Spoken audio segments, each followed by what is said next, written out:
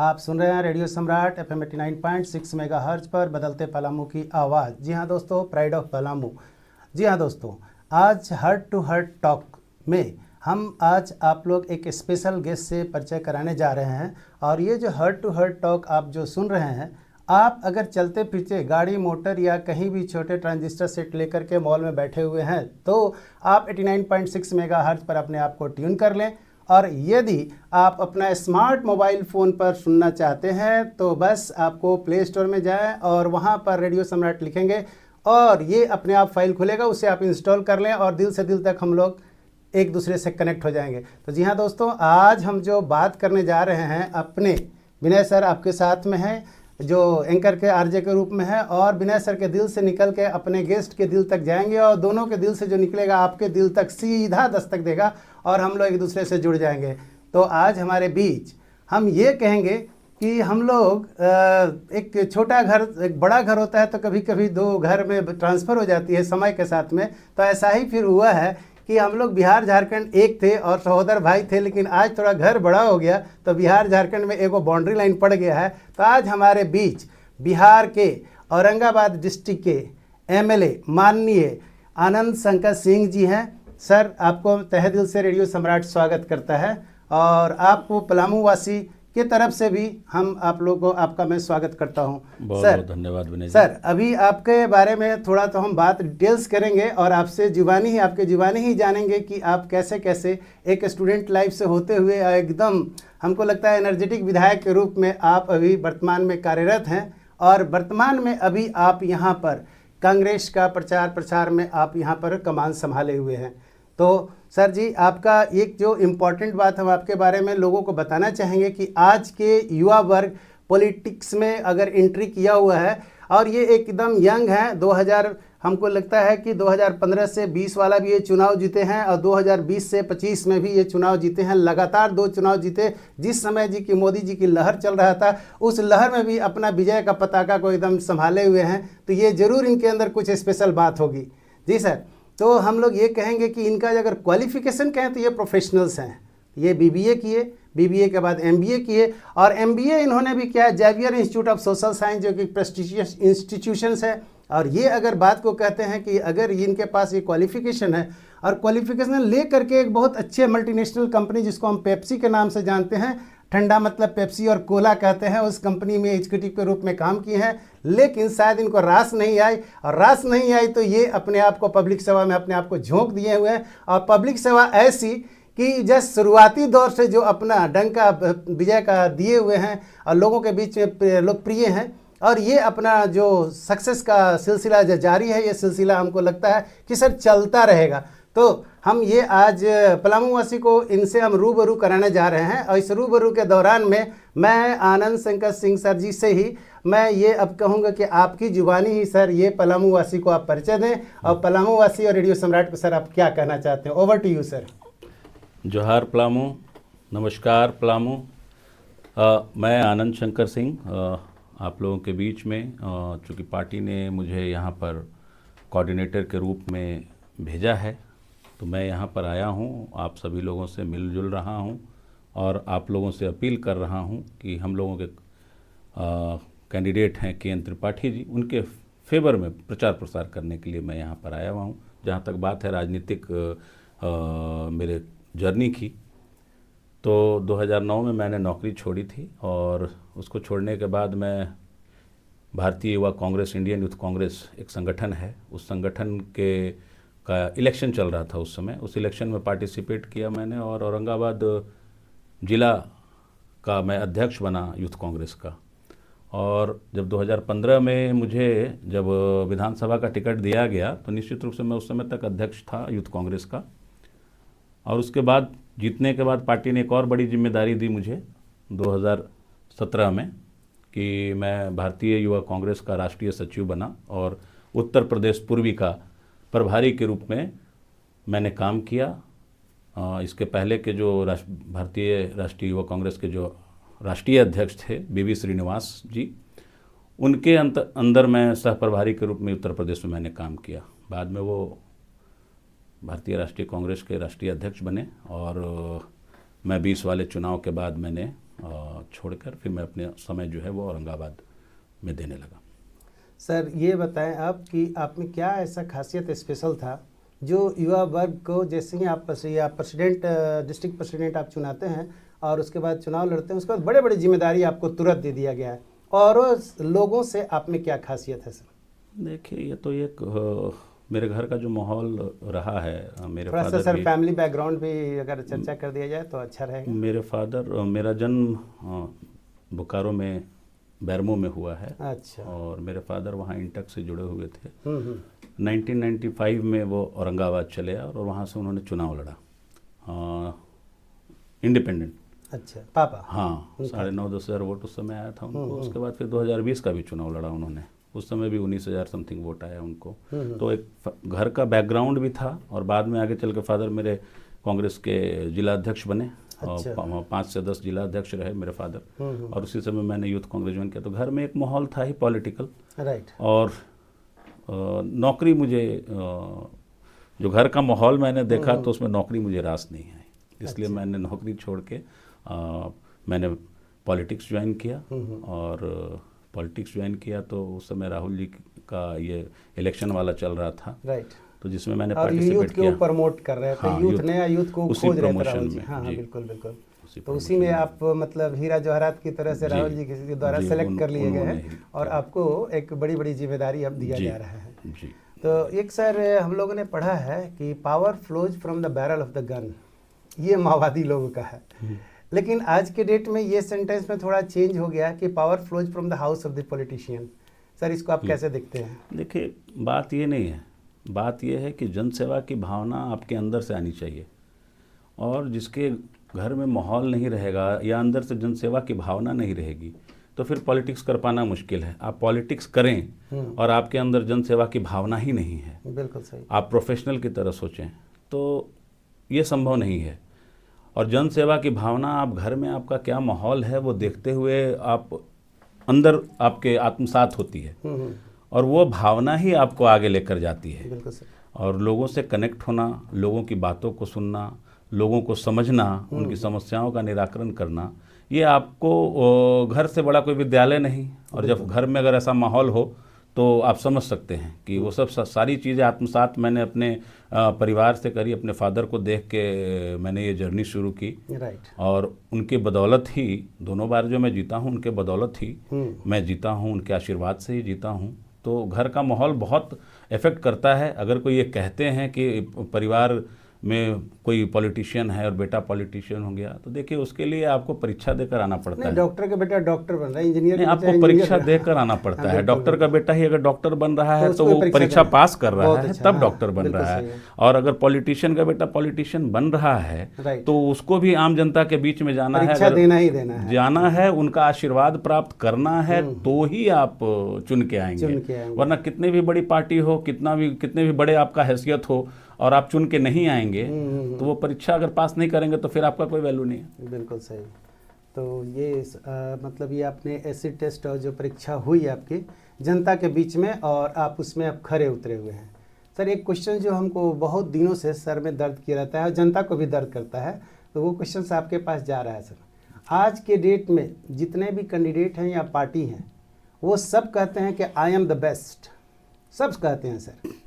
हाँ, और एक कहते हैं कि हम बेस्ट हैं, सामने वाला खराब है, सामने वाला कहता है हम बेस्ट हैं, सामने वाला खराब है।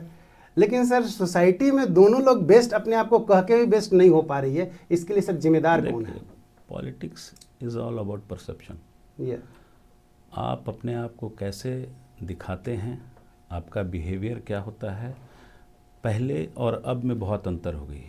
पहले के जो पॉलिटिशियंस थे, जो जननेता थे, वो अंदर भी वही थे, बाहर भी वही थे। वर्तमान में कुछ ऐसी चेंजेस आई सिस्टम में, हर एक सिस्टम में, ऐसा नहीं कि केवल पॉलिटिक्स में ही आई, तो उसका हमको देखने को मिलता है रिजल्ट कि आदमी जो बोलता है वो करता नहीं है, जो करता है वो बोलता नहीं है। तो ये सब चीज़ें आपको देखने को मिलती है। और इसमें क्या है कि आपको अपना यूएसपी बताना है, ठीक है ना। और दूसरे से चूंकि आपको अपना सुपरमेसी दूसरे के रिस्पेक्ट में दिखाना है, इन रिस्पेक्ट टू अदर्स, तो आपको जो उन्होंने जो बुराइयां की या जो उनके लूपहोल्स रहे उनके कैरेक्टर में, वो बताने का काम वो करते हैं। जाहिर सी बात है कि अगर आप कुछ गलत करेंगे, लोकतंत्र तो आईना दिखाने का काम करने का, पॉलिटिक्स तो आईना दिखाने का, विपक्ष का काम वही है। अगर मैं पक्ष में हूं, अगला विपक्ष में है, तो विपक्ष का काम है कि पक्ष को आईना दिखाए। तो अगर वो कुछ कमियां ढूंढ रहे हैं तो उसको भी पॉजिटिव तरीके से लेना चाहिए। हाँ, सुधारने की जरूरत है। यही तो शायद डेमोक्रेसी का यही परिभाषा है। डेमोक्रेसी का ब्यूटी यही है कि हम लोग डेमोक्रेटिक कंट्री में हैं और विचार अलग अलग हो सकते हैं, लेकिन किसी पॉइंट पर डिस्कशन करें और एक सकारात्मक कहीं रिजल्ट पे पहुंचे। शायद at the end of the day आम आदमी को कैसे फायदा मिले, ये सोचना ही जनप्रतिनिधियों का काम है। जनप्रतिनिधियों का काम है, बिल्कुल। तो सर आप ये बताइए सर कि आप अपने पिता के जो मार्गदर्शन में आपने काम किए हैं और आप जनता से कनेक्ट हुए, और हमको लगता है कि जब कभी ऐसा घर में माहौल होता है कि लड़के बाप से बढ़ के, तो थोड़ा सा अलग खुशी का माहौल रहती है, और फादर का और जो घर परिवार होते हैं उनको थोड़ा अलग लेवल का प्राउड फील होता है कि चलो यार, जिस तरह से मैंने सोच रहे हैं, हमारा जो काम था उस काम को इन्हें कैरी फॉरवर्ड किया हुआ है। एक लाइन बड़ा सूट करता है, हमसे है जमाना, जमाने से हम नहीं। क्योंकि आप जो कर रहे हैं और जितना एनर्जी के साथ में और जितने मतलब युवा अवस्था में ये कर रहे हैं, हमको लगता है कि अगर लगातार 2 पारी आप खेल लिए हैं तो हम तो कोशिश करेंगे कि आप ऐसा एक्टिविटी करते रहें और पॉलिटिक्स को समझ गए हैं कि ये पारी एंडलेस हो, नॉट आउट वाला कंडीशन में रहें। तो नॉट आउट वाला कंडीशन के लिए रहते हैं ना, हम लोग कह रहे हैं कि काम ऐसा करेगा, दिल की दुनिया में नाम करेगा। तो हम लोग कहते हैं अगर जनता के दिल पर अगर छा गए हैं तो हमको लगता है जनता इतना निर्दयी नहीं है, अगर काम करते हैं तो उसका आशीर्वाद जरूर मिलती है। तो ये आपका स्पेशलिटी आप बताइए कि आपका, और जो पॉलिटिक्स आप करते हैं ना, वर्तमान में पॉलिटिक्स जो हो रही है ना, उस पॉलिटिक्स में अपने आप को आप कहाँ पा रहे हैं सर? देखिए, कोई भी नेता हो, जनप्रतिनिधि हो, सबका एक ही सोच रहता है कि किस तरीके से हम अपने लोगों को फ़ायदा पहुंचा सकें, in terms of development, in terms of education, किसी भी चीज़ में। मतलब आप सड़कें नहीं हैं तो सड़कों को कैसे आप वहाँ तक पहुँचा सके जिनके यहाँ सड़कें नहीं हैं। शिक्षा की व्यवस्था नहीं है, स्कूलों में अगर उसका बिल्डिंग नहीं है स्कूल का, तो कैसे आप बिल्डिंग का निर्माण करवा सकें। पेयजल की व्यवस्था नहीं है तो कैसे करा सकें। ये हर किसी का, जन नेता का या रहता है सोच। अब उसमें कुछ ऐसे लूपहोल्स भी हैं पॉलिटिक्स में। हाँ। कुछ ऐसे लोग चले आते हैं जिन्होंने पार्ट टाइम इसको समझा हुआ है। ये हर प्रोफेशन में होता है। हाँ, हर तो पॉलिटिक्स भी सच छूता नहीं है, तो वैसे लोग आकर नाम खराब करते हैं, तो ये चलता है। दूसरी बात ये है कि एक दौर चलता है, पॉलिटिक्स भी उससे बचा हुआ नहीं है। सिस्टम में कुछ ऐसे भी लोग चले आते हैं या ऐसे भी जो मतलब कि समाज के अंतिम पंक्ति में हैं, और अंतिम पंक्ति के लोग को इसलिए भी लाना ज़रूरी होता है कि दर्द वही समझते हैं, और दर्द समझ के ही, दर्द का, डॉक्टर को अगर दर्द नहीं पता हो तो उसका इलाज हो पाना मुश्किल है। तो वैसे लोग भी आते हैं जो अब दर्द को समझते हैं, लोगों से कनेक्ट हो पाते हैं, और लोगों से जिनका कनेक्शन अच्छा रहता है, जिन लोगों को ये लगता है कि हमारे बीच का आदमी है, तो उसको लोग ज़्यादा प्यार देते हैं। ये सारी चीज़ें साइमल्टेनियसली चलती रहती हैं। तो लूपहोल्स में कुछ ऐसे लोग आते हैं जो पार्ट टाइम समझ के राजनीति को पावर के रूप में इस्तेमाल करने के लिए आते हैं, और कुछ लोग ऐसे हैं जो पावर का इस्तेमाल लोगों के बेटरमेंट के लिए करते हैं। तो आप इस कैटेगरी में है, पावर का इस्तेमाल बेटरमेंट के लिए। तो आपका मूल भावना ये है कि पावर का यूटिलाइज करेंगे बेटरमेंट ऑफ द पीपल और लोगों की भलाई के लिए। सर, ये जो आप कभी कभी, क्या हमको लगता है कि जितना भी इंडियन सिनेमा हम लोग देखते हैं, या कहीं कहीं आप देखते होंगे कई के यहाँ से बोड़ा में पैसा निकल गया है ना, और सिनेमा में भी देखते हैं कि सब चीज़ का दोष, और जनता के बीच में भी ये जाइएगा तो दोष जो दिया जाता है वो नेता को ही दिया जाता है। सर, ये नेता को ही क्यों दिया जाता है? देखिए, एक तो जहाँ तक आपने करप्शन की बात की, तो करप्शन वाले मामले में वही मैंने बताया ना आपको कि जिनको पावर का इस्तेमाल करना है अपने बेटरमेंट के लिए, तो वो ये करते हैं। बिल्कुल। लेकिन जिनको पावर का यूज़ दूसरों के बेटरमेंट के लिए करना है, तो उस कैटेगरी के भी लोग हैं। और जहाँ तक बात है दोष की, तो निश्चित रूप से नेता डायरेक्ट लोगों से जुड़ा होता है। आप नेता को बोल भी सकते हैं, नेता को आपकी बात को सुनना होगा, क्योंकि हर 5 साल ये जो व्यवस्था बनाई गई है, लोकतांत्रिक व्यवस्था, कि कितने भी बड़े आप हों, 5 साल में आपको जनता के बीच में जाना है। ये वोट उनका जो है, उनके वोट मांगने के लिए आपको भिखारी के रूप में जाना पड़ेगा जनता के बीच में। तो उनको ये हक है, आपको बोलेंगे। और अगर आपको बोल रहे हैं, इट मीन्स कि आपसे उनका ज़्यादा प्रेम है, लगाव है, तभी आपको बोल रहे हैं। और निश्चित रूप से आप भी जिम्मेदार उसके लिए होते हैं। अगर उनका कोई काम नहीं हो रहा है, उनका अगर डेवलपमेंट नहीं हो रहा है, उनके यहाँ अगर बिजली नहीं पहुँच रही है, उनके यहाँ सड़क नहीं पहुँच रही है, तो उसके लिए जिम्मेदार आप ही को ठहराएंगे। आप ही तो समन्वयक का काम करते हैं, प्रशासनिक पदाधिकारियों और आम जनता के बीच का। तो अगर वो काम आप नहीं करेंगे, उनका बेटरमेंट नहीं होगा, उनका विकास नहीं होगा, तो उनका बोलने का पूरा हक है, वो बोल सकते हैं, आपको सुनना पड़ेगा। बिल्कुल बिल्कुल। और ये तो हर 5 साल का परीक्षा है। अगर आपने ठीक नहीं किया तो अगले 5 साल में वो आपको हटा देंगे। नाम ही है जनप्रतिनिधि, जनप्रतिनिधि, है ना, कि लोगों के बीच का फर्स्ट मैन के रूप में लोग देखते हैं कि भाई विधि विधान है, विधानसभा भेजते हैं। मतलब विधानसभा एक नाम ही लगता है कि विधान बदलने वाला, नियम कानून बनाने वाला जगह है, और जहाँ से बेटरमेंट ऑफ द पीपल के बारे में जो सोच रहे हैं, अगर ये सोच रहे हैं तो सर्टेनली लोग नहीं कहते हैं कि लोग सर पे बैठा करके रखते हैं ना। और अगर वही चीज़ कहीं गड़बड़ हो जाती है और नहीं कहते हैं सेल्फ से सेंटर्ड अगर कोई काम हो गया, तो लोग उतारने में भी तनको देर नहीं करते हैं। और शायद ये डेमोक्रेसी का पावर है और डेमोक्रेसी का ब्यूटी है कि हम लोग डेमोक्रेटिक कंट्री में रह रहे हैं और बिंदास। मतलब यहाँ पर ये है कि आपको एक हवाई चप्पल वाला आदमी भी फॉर्च्यूनर गाड़ी से जा रहे हैं, हवाई जहाज में जा रहे हैं, तो आपको रोक करके पूछ सकता है, सर ये वाला मेरा नहीं हुआ, आप तो वादा किए थे।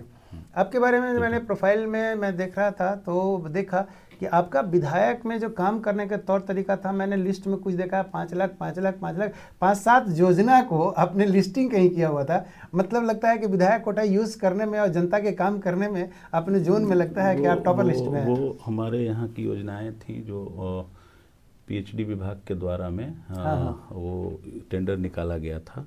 कुछ ऐसा हमारे यहाँ नगर में वार्ड्स हैं जहाँ पे पानी 1800 फीट पे मिलता है और पानी की किल्लत है। राइट। तो वैसे 3-4 वार्डों में 5 योजनाएं मेरे द्वारा, एक जिला खनिज फाउंडेशन ट्रस्ट होता है, राइट, उसके अंतर्गत उस पैसे का इस्तेमाल, मतलब CSR का पैसा है एक तरीके से। अच्छा। उस पैसे का इस्तेमाल मैंने पेयजल के लिए उन वार्डों में किया जहाँ 800। कहाँ से आया था? ये कोई कंपनी? DMFT होता है, डिस्ट्रिक्ट माइनिंग ट्रस्ट होता है। अच्छा, ठीक है। जो हमारे यहाँ जो भी उद्योग हैं, जैसे मान लीजिए सपोज कीजिए कि बालू का उद्योग है या कोई ऐसा है जिससे खनिज संपदा हो, जिससे पैसा सरकार को रेवेन्यू के रूप में आ रहा है, तो उसका एक सर्टेन HR में देना, हाँ CSR में देना होता है। तो उसका पैसा था जो मैंने ये 2-3 वार्डों में जहाँ पे पानी की ज़्यादा किल्लत थी, तो वहाँ पंप सेट वगैरह देने के उसके लिए पंप सेट और हमको लगता है बोर की बात चल रही थी। तो मैंने उसको देखा तो मेरे को अच्छा लगा, मैं देख के समझ भी गया कि ये तो बहुत अच्छा पहल लिया गया है। और जहाँ जरूरत था बजाते आपने लिस्ट दे दिया है कि this is the budget and this is the place. तो ये ट्रांसपेरेंसी ऑफ द वर्क है ना, जो औरों से लगता है कि अलग कर रहा है। वो इसलिए डाल देना होता है कि लोगों को ये मालूम चलता रहे कि ये काम, अभी और बहुत सारे उसमें काम हुए हैं, तो उसको अभी एक सूची जारी की है, फिर दूसरा जारी करेंगे। तो उस तरीके से क्या है, कहीं पुल सैंक्शन कराया है, कहीं चेक डैम सैंक्शन कराया है, कहीं स्कूल का भवन सैंक्शन कराया है, तो उसमें सर्टेन अमाउंट ऑफ फंड होता है जिसके तहत आपको रिकमेंड करना होता है। तो उसमें आप ले सकते हैं, सपोज कीजिए कि ज़्यादा है पेयजल में आप ले सकते हैं, फिर उसके बाद आप चेक डैम वाला उसमें ले सकते हैं, वाटर कंजर्वेशन वाले में ले सकते हैं, फिर विद्यालय में ले सकते हैं, उप स्वास्थ्य केंद्र के निर्माण में ले सकते हैं, हेल्थ के सेक्टर में ले सकते हैं। जहाँ सड़कें हैं, ऐसी सड़कें हैं जहाँ मतलब आप थोड़ा मोड़ा सा रह गया हो, राइट, तो उन सड़कों को ले सकते हैं। तो लंबी लिस्ट है, तो उसको हम लोग धीरे धीरे करके डालते हैं। अच्छा सर, जब आप लोग जो काम करने चलते हैं फील्ड में, तो बड़ी बात आती है कि बड़ा प्रोजेक्ट के लिए बड़ी फंड की आवश्यकता होती है। तो ये फंडिंग का काम आप सिर्फ स्टेट पर डिपेंड करते हैं कि आप लोग रिकमेंड करके सेंटर को भी भेज देते हैं भाई अपना गवर्नमेंट कि भाई ये चीज़ बड़ी योजनाएं हैं और इसको होना जरूरी है? जैसे ओवर ब्रिज बन गया, फ्लाई ओवर बन गया, बहुत सारी चीज़ें होती है जिसमें बहुत हैवी बजट की रहती है। तो उसमें अब कौन विधायक कितना एक्टिव है, इस पर डिपेंड करता है कि योजनाएं डिपेंड करता है। देखिए, जैसे अब मेरे आने के बाद औरंगाबाद में एक पॉलिटेक्निक कॉलेज खुला, दो ITI पॉलिटेक्निक कॉलेज खुला। अच्छा, हाँ, उसमें सारे ब्रांचेज हैं। 35 करोड़ की लागत से। 35 करोड़। ठीक है। ये पैसा स्टेट से सैंक्शन करा है? स्टेट को आता है, जैसे जो भी बड़ा प्रोजेक्ट होता है, सपोज कीजिए हाईवे का प्रोजेक्ट राइट, है, हाँ, हाईवे का तो हम लोग लिखते हैं राज्य सरकार को, राइट, राज्य सरकार उसको फॉरवर्ड करती है ऊपर में सेंट्रल को, तो उससे एक कड़ी जुड़ी हुई है। उसके थ्रू जो छोटे प्रोजेक्ट जैसे हम लोगों का अपना 4 करोड़ का मिलता है सालाना ऐच्छिक निधि से हम लोग दे सकते हैं, तो वो तो नॉर्मल चीज़ें हैं जिसमें छठ घाट, सामुदायिक भवन, ये सब आप दे सकते हैं। विधायक कोटा है, जो जनता लोग डायरेक्ट अप्रोच कर रहे हैं, डायरेक्ट आप बेनिफिट दे सकते हैं। इसके अलावा जैसे अभी मान लीजिए मेडिकल कॉलेज खुलना है, तो निश्चित रूप से उसको हम लोग को सेंट्रल से लेना होगा। हम लोग यहाँ से रिकमेंड करके भिजवाएंगे राज्य सरकार से, वो सेंट्रल से मिलेगा। इंजीनियरिंग कॉलेज ही खुला हमारे यहाँ, तो इंजीनियरिंग कॉलेज का भी वही है, राज्य सरकार ने अपना करके खुलवाया। तो वैसे प्रोजेक्ट्स जो बड़ा वो है, चाहे वो आप किसी भी क्षेत्र में, किसी भी विभाग में, तो वो हम लोग राज्य सरकार को लिखते हैं।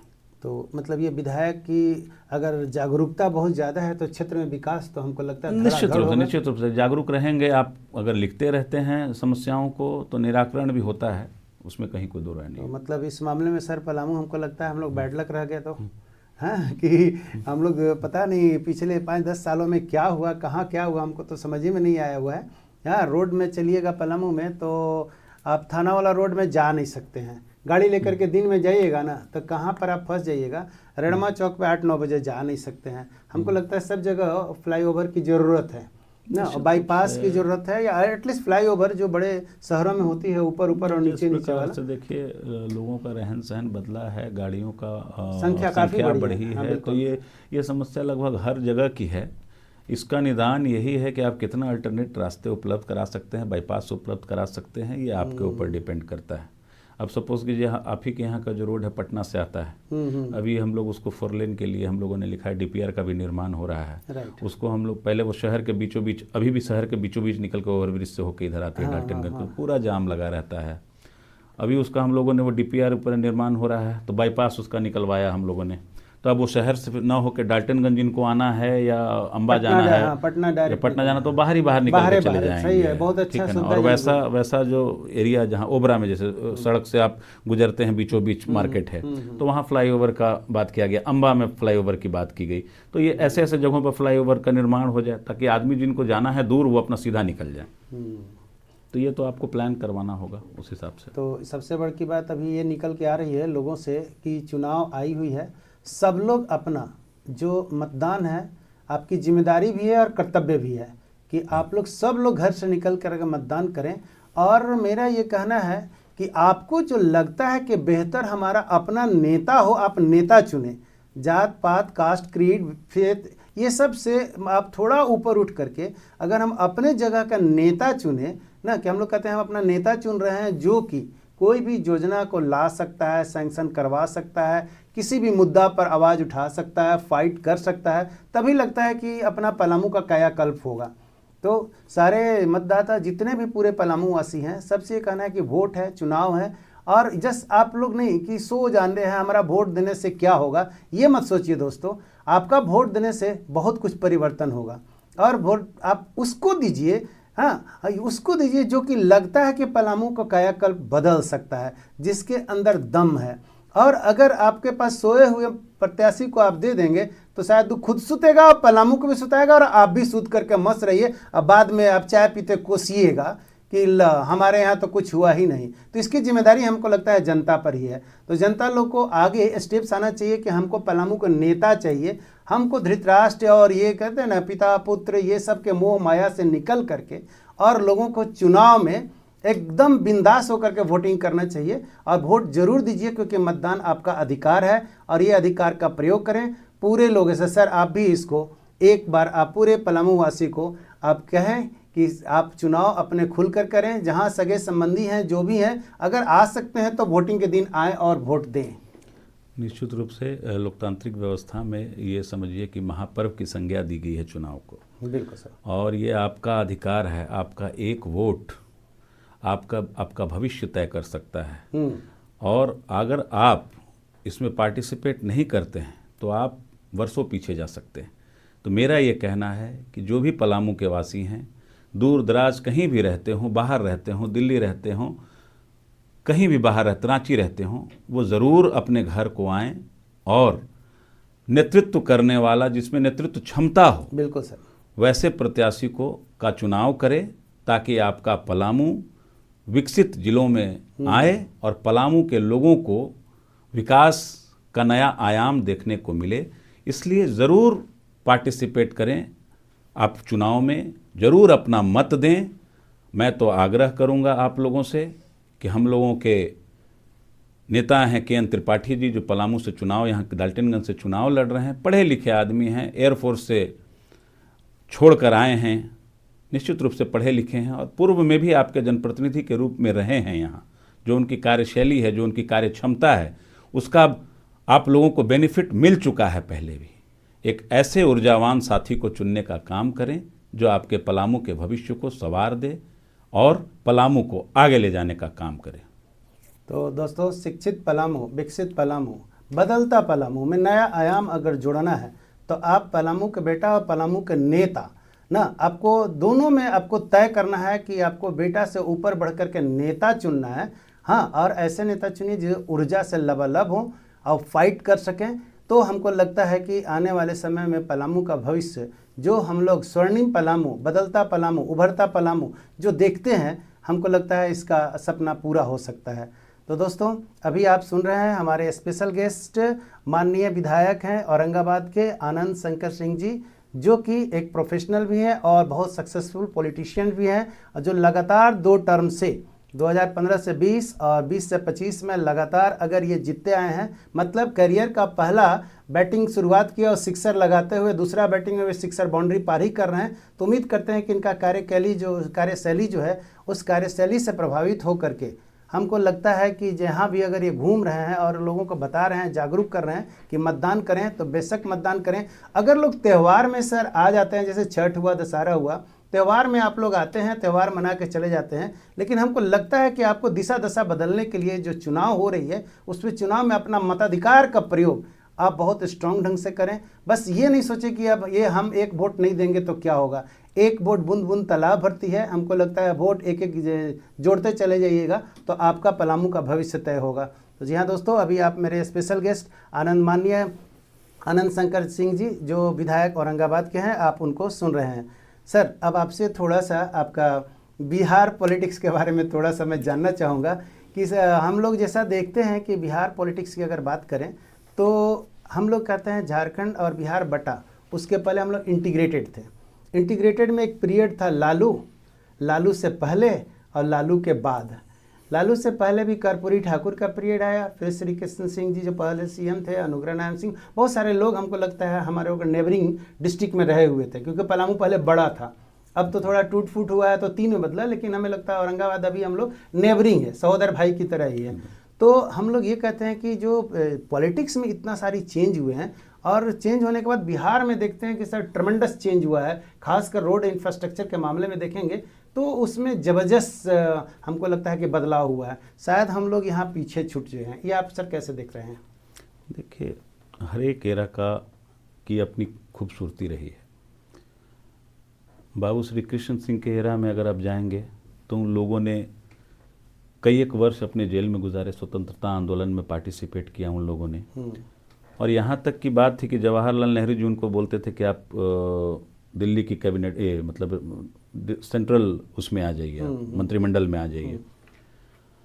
एक समय था कि बिहार को बेस्ट एडमिनिस्ट्रेटेड स्टेट बोला जाता था। बिल्कुल, ये बात सही है। ये बाबू श्री कृष्ण जी के ज़माने की बात थी। इंडस्ट्रियों का अंबार लगाया उन्होंने, जितनी भी इंडस्ट्रियाँ स्थापित हो, चाहे वो सिंदरी का खाद कारखाना हो, चाहे आपका सेल हो, हाँ, ये सब सारी इंटीग्रेटेड बिहार झारखंड में ये सारी जो इंडस्ट्रियां लगाई गई उस सेकंड थर्ड प्लानिंग में आई हुई है ना, ये सारी आई। ये कह रहा था बाबू अनुग्रह बाबू की चर्चा की आपने, वो हमारे ही औरंगाबाद के थे और फाइनेंस मिनिस्टर थे फर्स्ट बिहार के, और वो भी जमींदार फैमिली से आते थे। उन्होंने अपनी सारी ज़मीनें जो हैं वो गरीब गुरबों को दान कर दी, जो औरंगाबाद में उनकी ज़मीनें थी। सीतामढ़ी में उनकी ज़मीनें थी, तो वहाँ अभी आपका डीएवी का स्कूल चल रहा है, और भी बहुत सारी कॉजेज़ में उन्होंने दान किया। तो यह एक नेताओं की लिस्ट थी जो कि मतलब कि अमीर होते हुए भी अपनी चीज़ों को, अपनी संपत्तियों को दूसरे को मतलब कि बांट रहे थे गरीबों में। राइट। एक एरा आया लालू जी का। लालू जी के एरा में जब आया तो निश्चित रूप से चेंज हुआ, गरीब गुरबों को आवाज़ मिली और सामाजिक जो समीकरण हाँ, थे वो असंतुलन को बदले, थोड़ा संतुलित हुआ वो इसमें वो तो। बदले वो बदले। और उसके बाद फिर नीतीश जी का एरा आया। नीतीश जी के एरा में समझिए कि उसमें भी आयाम उन्होंने, मतलब कि जो रिजर्वेशन था उसमें भी मान लीजिए कि दलित है तो महादलित किया, अति पिछड़ा किया, ताकि वैसे लोगों को लाभ मिल सके जो कहीं ना कहीं छूट रहे थे डिजर्विंग है, जो पीछे, छूट रहे डिजर्विंग थे, है, छूट रहे छूट थे। रहे थे बिल्कुल। तो उससे भी मतलब कि बिहार को दशा दिशा मिली, लोग मुख्य धारा में आए। और विकास की जहाँ तक बात है तो ये भूमिका नेताओं की रही, नेतृत्व क्षमता जो आज के डेट में डेवलप हुई उसका हम लोगों को फ़ायदा मिला। क्योंकि जिस समय इन सड़कों का निर्माण हो रहा था उस समय यूपीए की सरकार थी और हम लोगों के नेता थे ग्रामीण कार्य विभाग में, वैशाली के, उनका नाम मैं भूल रहा हूँ, वैशाली के नेता थे, ग्रामीण विकास मंत्री थे केंद्र सरकार में, मनमोहन सिंह जी की सरकार में। ये 8-9 की बात मैं बता रहा हूँ आपको। उस समय सड़कों का जाल बिछा और गांव-गांव में सड़कें बनी। उसी समय की योजना थी राजीव गांधी ग्रामीण विद्युतीकरण योजना, बिजली का सब जगह काम किया गया। और बाद में जो आने वाली सरकार है 2014 के बाद उसको उन्होंने कैरी फॉरवर्ड किया, बट नाम बदल के फॉरवर्ड किया। अच्छा। और पहले जो मान लीजिए कि हम लोग को 20% राज्य सरकार को लगाना पड़ता था रोड उसमें सेक्टर में, 80% देती थी, तो उसमें उन्होंने तब्दीलियां की, 60-40 कर दिया। तो ये सब तब्दीलियों करके नाम बदल के सारी चीज़ें वैसी ही चल रही हैं और उसका फ़ायदा बिहार को मिला निश्चित रूप से। आज बिहार जो विकसित है कहीं ना कहीं नेतृत्व क्षमता और सारे जो पॉलिटिशियंस हैं, उस समय ज़माने में आप जयप्रकाश नारायण जी का नाम सुनते होंगे, आप नाम कर्पूरी ठाकुर जी का सुनते होंगे। अब बिहार तो मतलब कि ऐसे ऐसे प्रतिभावान नेताओं से भरा पड़ा है, चाहे वो राजेंद्र प्रसाद जी हों, हमारे अनुग्रह बाबू हों, श्री कृष्ण बाबू हों, तो ये सब सारे नेता जो हैं उनका लाभ बिहार को मिला। समय समय पे बिहार में ऐसे लोग विभूति पैदा होते रहे हैं जो कि एक नया आयाम देने का काम किया हुआ है। मतलब ये तो लगता है कि देखिए, बाय लैंड और बाय नेचर वाइज लगता है झारखंड में रोड एकदम ऐसा होना चाहिए जो कि लगे कि हम बड़े शहरों में हैं, लेकिन दुर्भाग्यपूर्ण वो नहीं है ना। और ये जिस समय बंटवारा हुआ, हाँ, उस समय हम लोग सशंकित थे कि सारे संसाधन, प्राकृतिक संसाधन और सारे मिनरल्स, माइंस सब तो चले गए झारखंड में, हम लोगों का क्या होगा। लेकिन नेतृत्व की कमी जो होती है वो निश्चित रूप से हम लोगों को, अभी तो देखिए हेमंत सरकार जी के नेतृत्व में बहुत सारी ऐसी योजनाएं चली जो ज़मीन से जुड़ी हुई योजनाएं, आपके आबुआ आवास की बात हो, चाहे वो आपकी बात हो किसानों की ऋण माफ़ी की बात हो, मैया सम्मान योजना की बात हो, फिर 50 वर्ष से ऊपर लोगों को पेंशन की बात हो, तो ये सब चीज़ें चल रही हैं निचले स्तर पर। और मैं समझता हूँ कि अगर केंद्र सरकार का सपोर्ट मिला, अमूमन ये होता है कि जहाँ विपक्ष के लोग सत्ता में रहते हैं वहाँ केंद्र सरकार मदद नहीं करती है। आप देख ही सकते हैं कि किस प्रकार से सीबीआई ईडी की रेड पड़ी, हेमंत जी को जेल में रहना पड़ा। तो ये कहीं ना कहीं स्वस्थ लोकतांत्रिक परंपरा के लिए उचित नहीं है। एक परस्पर संबंध से, एक परस्पर कोऑपरेशन की भावना से चलता है स्टेट, और वो अगर समर्थन ना मिले केंद्र सरकार से तो निश्चित रूप से उसको झेलना पड़ता है, आम जनता को, आम आवाम को झेलना पड़ता है। इसीलिए हमने कहा कि हाँ, power flows from the house of the politician. ये बात अगर बोलते हैं तो अभी जो आपने बात बोले कि इनको जेल, उनको जेल, यहाँ रेड, या जितना भी पूंजी और पैसा है ना, कुछ लोगों के ही हाथ में रह गया, जबकि हम लोग डेमोक्रेटिक कंट्री है ना।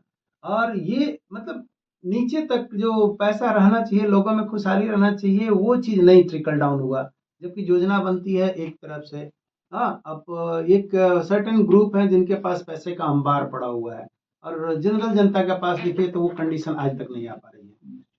देखिए, एक चीज़ इसमें आप समझने की आवश्यकता है, हर चीज को बिजनेसमैन हैं, पहले भी थे, लेकिन ऐसा 2014 के बाद क्या हुआ कि हर चीज अदानी और अंबानी जी के मार्फत ही कहीं जा रहा हो।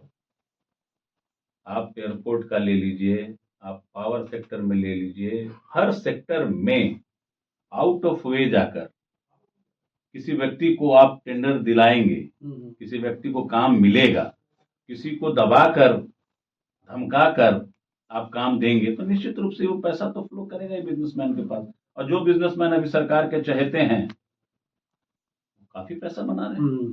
मतलब इधर एक ईएमआई अगर जनरल जनता का डिफॉल्ट हो जाए तो है तो आप मत देख जाएगा, सकते लेकिन हैं यहाँ तो एक बड़ी सूची है जो पैसा लेकर बैंकों का भागे हैं बाहर। बड़ी सूची है, छोटी मोटी सूची नहीं है। और सब सरकार के संज्ञान में रहते हुए लोग यहाँ से हटे हैं। ललित मोदी ले लीजिए, संदेशरा ले लीजिए, बहुत सारे ऐसे लोगों की लंबी फेहरिस्त है। तो ये तो कहीं ना कहीं सरकार कहीं ना कहीं इन्वॉल्व है। और चंदा वाले मामले में तो देखिए जो सुप्रीम कोर्ट ने जो दिया, चंदा वाले मामले में तो ये मालूम चल गया कि जिस जिस व्यक्ति ने चंदा दिया उन पर केस बंद हो गए और उसके बाद उनको ठेका मिल गया किसी कंपनी को जिन्होंने चंदा दिया। तो ये तो विदित सर्वविदित है। सर ये बताएं हमको कि जैसे बिहार की भूमि उपजाऊ है, बिल्कुल आप लोग औरंगाबाद में देखेंगे एक प्लेट अगर उठा कर फेंक दें तो लगता है कहाँ वो प्लेट जाकर रुकेगा। इस तरह से प्लेन भूमि और खासकर गेहूं लगी रहती है, उसमें क्रॉस करने से फीलिंग होती है। वैसा हमको लगता है और जगह पर मैदानी भाग में ऐसा ना। अब ये सब देखेंगे पंजाब भी ऐसा है, हरियाणा भी ऐसा ही है, यूपी का अगर देखेंगे तो ऐसा भी सीन वहाँ पे है। लेकिन ये पंजाब हरियाणा और ये जो हम लोग यूपी का सब देख रहे हैं उसमें इंडस्ट्री से बहुत तेजी से वहाँ पर बढ़ा, जबकि रिसोर्सेस वहाँ नहीं थी। रिसोर्स उठा उठा करके इंडस्ट्री बड़ी तेजी से बढ़ी। शायद हम लोग इसमें नहीं लगता है कि पीछे छूट गए हैं, कुछ काम करने की जरूरत है। पीछे छूटे हैं, नो डाउट। एक तो हमारे यहाँ सबसे बड़ा बिहार के परिप्रेक्ष्य में बोलूँ मैं, झारखंड तो फिर भी इंडस्ट्रीज के मामले में बहुत आगे है। हाँ, जो इस्टेब्लिश पहले हुआ है, पहले हाँ, बाद में नहीं हुआ। ये तो सब हमारे कांग्रेस सरकार की देन है। जितनी भी इंडस्ट्री यहाँ पे स्थापित हुई है वो कांग्रेस सरकार के ही रीजन में हुई है और पहले से ही स्थापित है। नई, वही मैं बोल रहा हूँ ना कि विजन होना चाहिए। बाबू श्री कृष्ण सिंह के समय में जो इंडस्ट्रीज स्थापित हुई हैं वो आज भी चल रही हैं और वही उसी इंडस्ट्रीज के चलते हम लोग ये सोचते थे कि हम लोग तो वीरान हो गए, सारा झारखंड में चला गया, जितनी भी प्राकृतिक संपदा थी सब झारखंड में चली गई, हम लोग निराश थे। लेकिन वही बात है, बिहार में प्रतिभाओं की कमी नहीं है। आज के डेट में हम लोग अच्छा कर रहे हैं। नहीं, हर फ्रंट पे अच्छा हुआ है। हमको लगता है कुछ जैसे कि फार्मास्यूटिकल इंडस्ट्रीज है जिसका कि बहुत ज्यादा स्कोप है। और सर बड़े बड़े शहरों में लोगों ने छोटे छोटे जगह पर बहुत सारी चीज लगाए हुए। हमको लगता है छोटी छोटी एंसिलरी यूनिट मैन्युफैक्चरिंग सेक्टर है। लैंड बैंक का भी कमी है। हमारे यहाँ सबसे बड़ी कमी लैंड बैंक की है बिहार में, थोड़ी सी क्योंकि जनसंख्या घनत्व तो इतना ज्यादा है और लैंड बैंक की कमी है, जिसके चलते हम लोग को ज्यादा प्रॉब्लम झेलना पड़ता है। और कुछ तो अभी तक किया है लोगों ने, सिंगल विंडो सिस्टम इंडस्ट्रीज के लिए किया है, लेकिन फिर भी अप टू द मार्क नहीं है।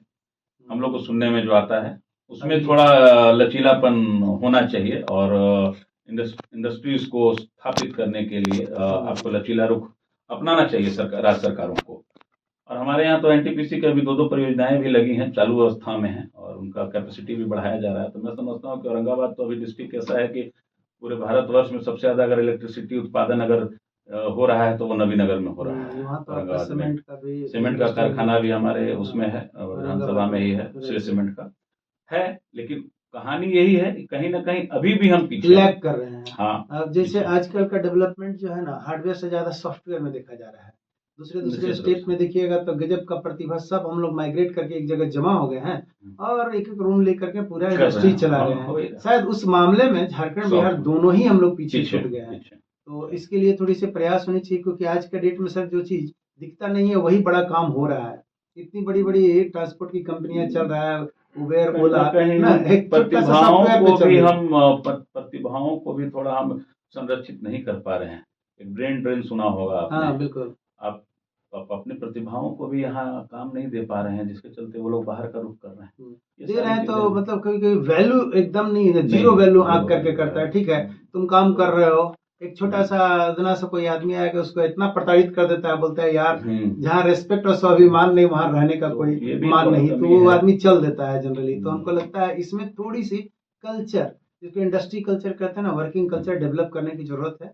और ये दोनों तरफ से पहल होना चाहिए। जो टैलेंट यहाँ के हैं वो, जिसको हम लोग धरती पुत्र कहते हैं, और जो यहाँ के विधायक प्रतिनिधि या सरकार हैं जिनकी जिम्मेदारी होती है कि हम उनको एक अच्छा कल्चर दें, सो दैट कि यहाँ पर डेवलपमेंट हो जाए। मैं सर एक हिस्टोरिक क्वेश्चन मैं आपसे पूछने जा रहा हूँ, और वो है कि जो हमारे फ्रीडम स्ट्रगल, जब भारत स्वतंत्रता प्राप्त कर रही थी उस समय जो स्ट्रगल चल रहा था उसमें बहुत लोग एक्टिव थे और कुछ लोग जान गंवा दिए, मर गए, मिट गए, और हमको लगता है आज़ादी के बाद साइडलाइन हो गए। और जो लोग थोड़ा पैसिव थे आज़ादी में ना, हमको लगता है जब चुनाव हुआ तो जो किंग फैमिली, लैंडलॉर्ड फैमिली या फ्यूडल माइंडसेट के जो लोग थे वो अक्सर हमको लगता है विधायक मंत्री बन गए। तो ये लोकतंत्र, अगर एक्टिव लोग रहते तो सर कैसा लोकतंत्र होता? आप क्या सर इसके बारे में कहेंगे? देखिए, लोकतंत्र की जो व्यवस्था हमारे नेताओं ने जो स्थापित की, जो संविधान बनाया, उसमें चुनाव लड़ने की छूट सबको थी। बिल्कुल। कहीं ना कहीं इस बात को एडमिट करते हुए, क्योंकि जितने भी हमारे नेता उस समय के हुए, जाहिर सी बात है स्वतंत्रता आंदोलन चला तो कहीं ना कहीं उसको भी फंड की ज़रूरत थी। वैसे जितने भी आंदोलनकर्ता हुए सब अच्छे खासे पढ़े लिखे हुए लोग, हाँ, जो मारो में हुए वो काफ़ी इंटेलिजेंट थे, बिल्कुल अच्छे खासे पढ़े हुए लोग थे। गांधी जी भी बैरिस्टर थे, अनुग्रह बाबू की बात जिनकी कर रहे हैं वो भी बैरिस्टर थे। आप ले लीजिए सरदार वल्लभ भाई पटेल जी को, वो भी बैरिस्टर थे, वकील थे। तो सारे पढ़े लिखे लोग, नेहरू जी के फादर बड़े वकील थे, और नेहरू जी भी अच्छे खासे पढ़े लिखे। तो सारे लोग पढ़े लिखे लोग थे क्योंकि नेतृत्व जो करना है, अंग्रेजों से जिनको लड़ना है, तो पढ़े लिखे लोग नहीं होंगे तो नेतृत्व ही नहीं कर पाते। कहीं ना कहीं वो आंदोलन को कुचल दिया जाता। बिल्कुल। खामियां आई, उन खामियों को देखते हुए ही मैं समझता हूं कि इंदिरा गांधी जी ने प्रीवी पर्स वाला जो किया, जमींदारी प्रथा का जो हटाया, बाबू श्री कृष्ण सिंह सबसे पहले थे बिहार के, अच्छा, जिन्होंने जमींदारी प्रथा को हटाया। आप देवघर उस समय हमारे यहाँ पड़ता था, आपके झारखंड में मंदिर जो भगवान शिव का है, आप वहां पर दलितों की एंट्री श्री कृष्ण बाबू ने करवाया, सबसे लड़ के करवाया। जमींदारी प्रथा को हटाया। जब जमींदार कौन लोग थे? उन्हीं के स्वजातीय लोग थे, ज्यादा लैंडलॉर्ड जो थे उन्हीं के स्वजातीय लोग थे। तो ऐसे ऐसे नेताओं ने बिहार को गढ़ा है। उस समय तो हम लोग का अनडिवाइडेड बिहार झारखंड एक ही था। तो ऐसे ऐसे लोगों ने बिहार को गढ़ा है। तो आप समझ सकते हैं कि जो लैंडलॉर्ड भी थे, जो जमींदार भी थे, जहां वो स्वतंत्रता आंदोलन में कूदे तो कहीं ना कहीं उनके पीछे जो जमीन का मोह माया हो, चाहे पैसे का मोह माया हो, उसको त्याग कर ही वो कूदे। बिल्कुल। और बिहार की तो वो धरती है जिसने गांधी को महात्मा गांधी बना दिया चंपारण के आंदोलन के बाद। बिहार का लॉरेंस तो अलग लेवल का। तो इसलिए ये कहना नहीं, हाँ लूपहोल मैंने बताया आपको पहले ही कि कुछ लोग हैं राजनीति का इस्तेमाल पावर के रूप में करना चाहते हैं, और कुछ लोग हैं जो उस पावर का इस्तेमाल लोगों के बेटरमेंट में करना चाहते हैं। तो बीच का एक एरा था, लेकिन वो एरा अब समाप्त हो चला है। वैसा कुछ नहीं है अब। 1% 2% 5%, क्योंकि ऐसे ऐसे लोग ओहदों पर बैठे हैं कि लोगों को कहीं ना कहीं, लोग भी जो वोट कर रहे हैं आज के डेट में, आप देखते होंगे कि एक गरीब परिवार का लड़का आया, जीत के निकल गया, ऐसा ठीक है, बिल्कुल। तो कहीं ना कहीं लोगों में भी ये विश्वास जागा है कि हमें ऐसे आदमी को देना है, ऐसे लोगों को सपोर्ट करना है जो हमारी बेहतरी के बारे में सोचे, अपने बारे में न सोच के हमारी बेहतरी के बारे में सोचे। तो बदलाव है, और हर एक समय में कुछ न कुछ लूपहोल्स होता है। तो और ये सर लास्ट क्वेश्चन हम जो लेने जा रहे हैं, खासकर युवा वर्ग पे फोकस्ड है, जो कि आजकल उन्माद में फंस जाते हैं। तो धर्म आस्था का विषय है और राजनीति व्यवस्था का विषय है, लेकिन आजकल सर दोनों का कॉकटेल मिला करके इतना उन्माद पैदा हो जाता है ना। इसके बारे में युवा वर्ग को बचना कैसे है और अपना सही मताधिकार का प्रयोग कैसे करना है, इस पे थोड़े प्रकाश डालें। इसमें संचार क्रांति जब हुई ना, लोगों के हाथों में मोबाइल जब पकड़ाया गया, इंटरनेट की सुविधा बहाल की गई, तो एक व्यवस्था स्थापित हुई। वो व्यवस्था यह थी कि सुबह उठ के कोई मैसेज आप डालिए और हर के मोबाइल तक वो मैसेज यूट्यूब के माध्यम से, व्हाट्सएप के माध्यम से जब पहुंचा, बिल्कुल, तो लोगों को ये लगा कि जो मैसेज आ रहा है उस मैसेज में सच्चाई है, और ये सच्ची चीजें आगे बढ़ाई जा रही हैं। 2014 के बाद 2017-18 ऐसी ऐसी चीजें पकड़ी गई, रूल रेगुलेशन थोड़ा टाइट हुए, तो उस पर मॉनिटरिंग होनी शुरू हुई, तब लोगों को यह एहसास हुआ कि हम लोगों को दिग्भ्रमित भी किया जा रहा था। बिल्कुल। और निश्चित रूप से धर्म जो है वो आस्था का विषय है, आस्था के विषय। उसको राजनीति में जो लोग लेकर आते हैं उनके बच्चों का भविष्य खराब नहीं होता। भविष्य उनका खराब होता है कि जो इस उन्माद के चक्कर में पड़ जाते हैं। एग्जैक्टली। तो जो फॉलोअर्स होते हैं, फॉलोअर्स का होता है। निश्चित रूप से ये जो विषय है, ये विषय इधर हाल के दिनों में कुछ ज्यादा ही देखने को मिल रहा है। हो गया है। आप विकास की बात मत करिए, आप धर्म की बात कीजिए, आप जात की बात कीजिए, आप अपने डेवलपमेंट की बात मत कीजिए, आप सड़कों की बात मत करिए, आप शिक्षा की बात मत करिए, आप स्वास्थ्य की बात मत करिए। आप उलझे रहिए उन पेटी इश्यूज में जिससे कोई आपके विकास से लेना देना नहीं है। बट उन्माद है तो मजा नहीं है। ये आगे चल के मालूम चलेगा। अरे इस मिट्टी में, इस देश को आजाद करने में ये सभी धर्म और संप्रदाय के लोगों ने इस मिट्टी को आजाद करने में, इस देश को आजाद करने में अपना खून का बलिदान दिया है। केवल आप ही नहीं थे, सब लोगों ने इसमें दिया है। और ये आपसी सौहार्द भाईचारा, जिस भी देश में आपसी सौहार्द और भाईचारा रहा है, समाज में एका रहा है, सद्भाव रहा है, वही समाज आगे बढ़ा है। जो समाज, जो देश, जो प्रदेश इन सब छोटे बातों में उलझ गया, धार्मिक उन्माद में पड़ गया, उसका भविष्य खराब होना है। बिल्कुल। और निश्चित रूप से ये समय चल रहा है। हम सभी लोगों को चाहिए कि इन सब चीज़ों से बचें, किसी के बहकावे में ना आएं, और बिना बहकावे में आए धर्म जाति से ऊपर उठकर एक ऐसे जनप्रतिनिधि को चुने जो आपके बारे में अच्छा सोचता हो, आपके विकास से उसका वास्ता हो, आपको साथ लेकर चलने का, सभी जात सभी वर्ग को साथ लेकर चलने का जिसमें मादा हो, ऐसे व्यक्ति को चुनने का काम करें। तो ये लीडरशिप ही है जो कि अपना समाज को सभ्य बनाती है। समाज अगर स्ट्रांग होता है तो राज्य स्ट्रांग है, और राज्य स्ट्रांग है तो देश स्ट्रांग होती है। तो हमको लगता है कि बुनियाद लेवल अगर शुरुआत करें तो हम लोग जो लोकल पॉलिटिक्स से शुरू होती है, अगर वो बहुत सही डायरेक्शन। देखिए, आज के समय में मैं ये बोलना चाहूंगा, भेड़ का एक नेतृत्व करता होता है। अगर वो नेतृत्व करता कुएं में गिरा ना, तो सारी भेड़ कुएं में चली जाएंगी। तो कहानी यही है कि नेतृत्व करता हमेशा अच्छा होना चाहिए, जिस पर आप विश्वास करके चल सकें। ऐसा तो नहीं है कि जिस पर आप विश्वास कर रहे हैं वो खुद कुएं में जा रहा है, तो निश्चित रूप से आपका विकास बाधित होगा। तो इनसे बचने की आवश्यकता है। जी हाँ दोस्तों, अभी आप सुन रहे हैं radio Samrat heart to heart talk and दिल से दिल तक की बात। आज हमारे साथ हैं माननीय विधायक, वर्तमान विधायक औरंगाबाद, मिस्टर आनंद शंकर सिंह जी, और इनसे आपने बहुत से बेबाक और बिंदास अंदाज में आपने बात सुना। सर, आप जाते जाते पूर्व पलामू वासी को क्या कहना चाहेंगे? देखिए, मैं तो यही कहूँगा कि आप लोग विकास को सोच में रख के वोट करें। चुनाव का यह महापर्व 5 साल बाद आता है, और ये अगले 5 साल में क्या क्या आप पलामू में अच्छा देखना चाहते हैं, क्या क्या विकास पलामू में देखना चाहते हैं, उसको सोच के आप बेफिक्र होके वोट करें। लोगों को प्रेरित करें, अच्छे प्रत्याशी को चुनने के लिए प्रेरित करें। ऐसे प्रत्याशी को न चुनें जो विगत कई वर्षों से आपके बीच में है और आपका न सुख में, न दुख में, न विकास में कहीं पार्टिसिपेट करता हो, ना आपसे मिलता हो, ना आपसे जुलता हो। वैसे प्रत्याशी को न चुनें, ऐसे प्रत्याशी को चुनें जो पलामू के विकास की बात करे, ऊर्जावान हो, सबको साथ लेकर चलने की शक्ति रखता हो, और जो विकास के लिए कृत संकल्पित हो, वैसे प्रत्याशी को चुनने का काम करें। इंडिया गठबंधन के प्रत्याशी हमारे के.एन. त्रिपाठी जी हैं, ऊर्जावान हैं, उनको आप लोग मदद करें, यही मेरा आग्रह होगा।